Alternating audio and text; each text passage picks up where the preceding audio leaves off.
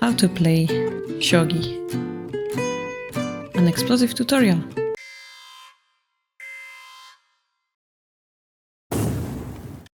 But seriously, how to play shogi using Czech pieces? Let's learn together. Why Czech pieces?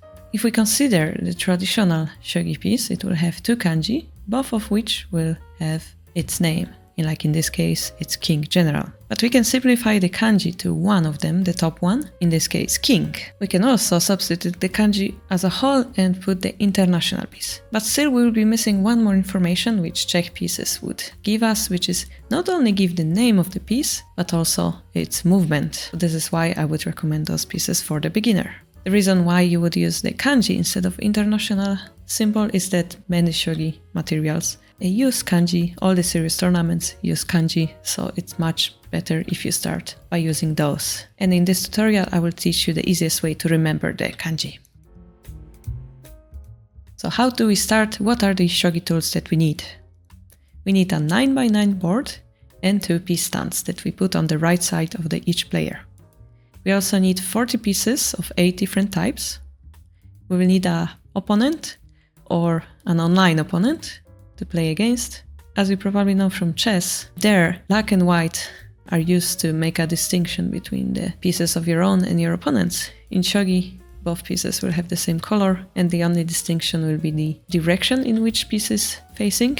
And because you don't understand the kanji yet, to show you in a form of picture, it looks something like this. You see your kanji the proper way and the opponent's kanji will be upside down. This way we will know which piece belongs to whom, and this is gonna matter later because the pieces will be changing its owner and we will have to turn them around. We wouldn't be able to change their color, right? So shogi is a turn-based game. It means player number one will make a move, then the other player will make a move, and then once more the first player will make a move. So let's get to know our army, the 8 piece types. We'll start with the king. The king is a piece that we would like to capture and win the game. If our king gets captured before that, we lose, so protect it at all costs. This king will be the same as the king in chess. It will move one square around itself. For people who never play chess, it basically means on your turn, you choose one of those squares to move it onto. To remember the kanji for the king, I recommend to picture a flag with a cross in the middle of it. Then we'll have the rook. The rook is one of the 3 long-ranged pieces, but one of the 2 the strongest pieces. It will move exactly like the rook in chess, but for people who don't play chess, it will be able to go as far as possible as long as it's not blocked on its way. We cannot jump over the pieces. Our own piece will block us, like this pawn on top, and we'll be able to land on the opponent's piece, which would result in the capture of that piece. So in this case, we would be able to capture the opponent's rook. And to remember the rook kanji, I recommend to picture a high tower with 2 flags on its right side. Then we have a bishop. It's also a very strong piece. It's considered to be weaker than rook because it can access only half of the squares on the board, but it's not gonna be a big problem later. So the bishop moves the same as the bishop in chess, and I recommend some crazy way to remember it. Basically a window being struck by a thunder and it became Frankenstein's window and started running around. For those kanji imaginatory pictures, I recommend you choose what fits you, and I'm gonna make it as absurd as possible to you, make you laugh and make you remember the kanji. Now we will move on to the general pieces or the metal pieces. This is gold. We're gonna call it the big brother because it's gonna matter later. It is weaker than the king. It moves in the shape of a tree, only 1 square. And I recommend to imagine it has a big roof on top and therefore maybe as a temple. Then the silver, perhaps the younger brother. It also will move very similarly to the chess king, but with more limitations. It will move like a jumping person or like a star. Remember, all the generals move to all the 3 squares on top, so there is no mistake there. And because it has the same blood as gold, it will have half the tempo, but on the right side it has this letter R as the word silver, and so letter R, I think it makes sense to remember it like that.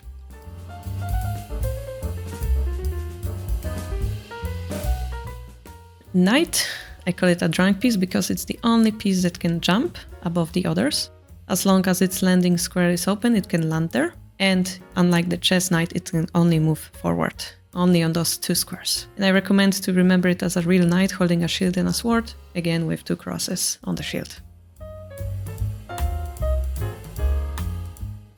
Next we have a lance, the second light piece after the knight. It's stubborn as a mule because it will go only forward and it won't be able to move back.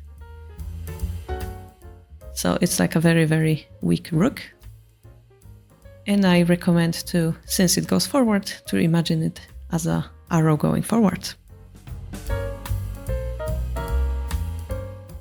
Finally, the smallest piece, but it's gonna be a piece that has the most potential later, which is a pawn. And a pawn, unlike the chess pawn, it's very simple. It goes forward, it captures forward, no en passant, no double movement, just that, 1 step forward. And I recommend to remember it as a smiling face with a straw hat. And then concludes our introduction to the pieces. Like a Pokemon trainer, promote them. Shogi boards, as we said, is 9 by 9 squares, and we can divide it based on those stars into zones. The zone on top is our promotion zone, and the zone on the bottom will be the opponent's promotion zone. If our piece touches the promotion zone, we're gonna be able to promote. So for example, if the piece enters the zone, we can promote. And if the piece leaves the promotion zone, we can promote. If the piece moves inside the promotion zone, we also can promote. The promotion is not obligatory unless the piece won't be able to move. So in these cases, we'll have pawn, lance, and the knight. When they enter their last row, or for the knight, the row before that as well, they have to be promoted, else they wouldn't be able to move, making that an illegal move. So let's get to know our army again, this time for the promotion movement. It's easily divisible into 3 groups. The first of them, king and gold, won't be promoting at all. The dragons, promoted rook, promoted bishop, will be promoting to their previous version but gaining the movement of the king. And finally the rest will be promoting to our big brother, the gold general. So let's look at our dragons. The promoted rook is called dragon. And it's gonna move, as we said, like rook, mixed with the king movement. So you can see it on the diagram more easily. It's not as queen in chess, it's much weaker, but maybe quite similar in the logic. And I recommend you remember it as an actual dragon next to a lighthouse to make the connection between dragon and a tower. The promoted bishop is called a horse, and it's very similar again to a queen movement, but with 1 square. So it's like the bishop and the king movement. The kanji is an actual horse, so I recommend it to imagine a Pegasus, a flying horse. And this time, as we said, bishop cannot access all the squares on the board. The horse, indeed, will be able to access all of them. Now the group number 3, which were the silver, knight, lance and pawn, they're gonna promote into the gold, therefore making them a golden gang. Just a reminder, the gold moves like a small tree. And this is why a promoted pawn will be so powerful. A pawn that was moving only 1 square forward will be moving like a gold. When moreover, if the opponent captures that promoted pawn, all he's getting back is just a pawn. So there is a possibility to exchange that small tiny pawn for a much bigger piece, and therefore that was its hidden talent. All of the kanji, apart from the promoted pawn, actually are variations of the gold kanji. So here I recommend remember the promoted silver as a gold, promoted knight as a spring, promoted lance as an incense, and promoted pawn actually comes from another kanji which means now. It's written by a hiragana, so an alphabet that's read by to. Therefore this piece we often name to-kin, and it looks much like an apple. So that concludes our promoted pieces. Boom! Now let's talk about the capturing and reusing the pieces. As we said, there are 2 piece stands next to us, and this piece stand will be used to gather the pieces you captured during the course of the game. In this example, we're gonna see what is the logic. So instead of making the move on the board, you can pick up one of those pieces and drop them on the board. In this case, we're gonna drop the rook directly in the opponent's camp in our promotion zone. And mind you, dropping that rook, we cannot promote immediately, yeah? There must be a movement connected to the piece promotion. So we're gonna see that a little bit later. The opponent's gonna drop the gold. Now we're gonna drop the bishop, leaving us with no pieces in hand. Again, bishop not getting automatically promoted. Let's say the opponent's gonna make a move on the board this time, and we're gonna capture the gold. And this time we are able to promote because again, we move the piece inside the promotion zone. We can promote, they recapture with the silver, and we move the rook in the promotion zone, capturing the silver. And I want you to notice that even though we promoted the bishop and they captured the horse, all they're getting is the unpromoted version, which is the bishop. But for now, remember, when you drop the piece, you cannot promote immediately, and when you capture a piece that was promoted, it deletes the promotion. So with drops, there are a few additional rules. You cannot drop a piece when it doesn't have a movement, because as we said, it doesn't get promoted automatically. So pawn, lance, knight at the last row, and the knight on the pre-last row, those are all illegal. It makes you lose the game immediately. And the pawns, since there's so many of them, there is a special rule called double pawn. You cannot have more than one pawn in a column. So in this case, there are 2 pawns, that's illegal. In the second case, one of those pieces is promoted, it's fine. And lastly, no matter how far away from each other, it's still illegal to have them on the one column. One more thing, for beginners it might be confusing, the rows don't matter. So if you have more than one pawn in a row, it's totally fine. And the final illegal move that you can make, you cannot win by a pawn drop. The scenario on the left, if we move the pawn forward, the king won't have anywhere to go. It's gonna be considered a checkmate. That's fine. But on the right, because we drop a pawn, that's gonna be illegal. And it's called a pawn drop mate. You cannot win game with a pawn drop. And that concludes our drop. Oh, boom. To combine all the rules, I will show you an example game. A reminder, during your turn you can move a piece on the board, drop a piece from the piece stand, or resign. Those are those 3 options that you can do, and those will earn your turn. So let's take a look here. The player on the bottom starts the game. Both of the players gonna push them pawn one by one. We're gonna move the bishop's pawn, opening the diagonal. We're gonna move the gold to protect the bishop's head. An exchange is gonna happen.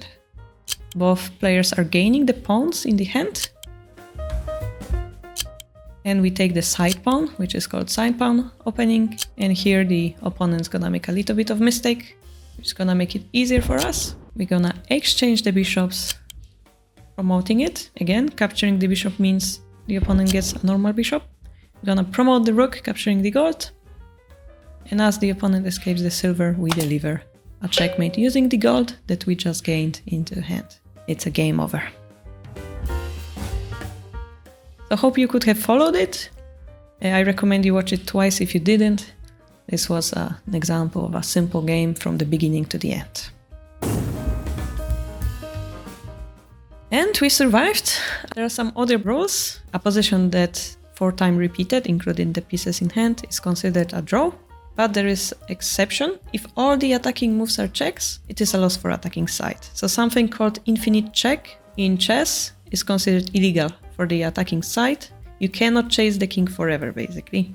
Don't do it, it's gonna lose you the game immediately. I also conveniently omitted explaining other draws called double entering king. It's a very special type of impasse. It, weirdly enough, includes counting points. So again, guys, if you would like a video about that, I will make another one. And you probably have some questions now about where do I play shogi, how can I improve from here? I recommend you check more of my channel videos and that you join our Discord. There are people happy to help you. You can join our tournaments as well. And I will see you at the harbor, hopefully, and in the next video. Bye bye!